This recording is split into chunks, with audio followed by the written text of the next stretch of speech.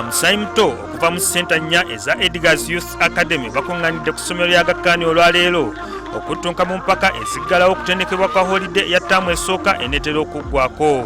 Bano batunkidde mu ttiimu ez'enjawulo okusinziira ku myaka gyabwe mu mpaka ezimaze olunaku lulamba nga zikwajja.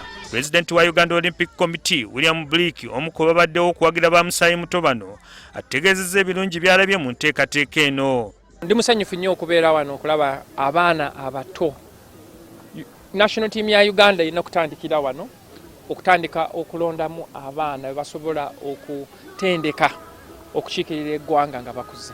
Ono awadde FUFA amagezi naye okwenyigira mu mirimu gy'amatendekero g'aba Musaayi Muto mu kaweefube okukuza ebitone ebinaayamba ttiimu y'eggwanga ey'ebiseera eby'omu maaso. Kati FUFA erina okujja neekwataganya club zino neziteeka mu age structures neekolawo league ng'ekozesa club zino. Abo FUFA kati ejja kuba esobola okufuna abazannyi ab'emyaka egy'enjawulo okulaba nti bayinza bamonitaringa okubabeerako nga bali bato bakooki ba FUFA ne boogera ne bakooki ba academy ne balondamu abazannyi ne babawa program ne bagenda nga babamonitaringa.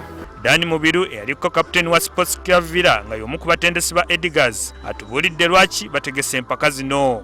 Abaana bano buli lw'obateeka mu competitive environment bongera okukula mu mupiira. So kino kye tukoze ate si kyaleero lwokka, buli lwe tumala holiday tubeera ne holiday cup. So twagala okulaba senta ki esinze okutuukiriza ebyo ng'omulamwa gwaffe bwe gubadde okulaba nga tukola ki nga twongera okunyumisa omuzannyo ate n'abaana okuyiga basic techniques ez'omupiira.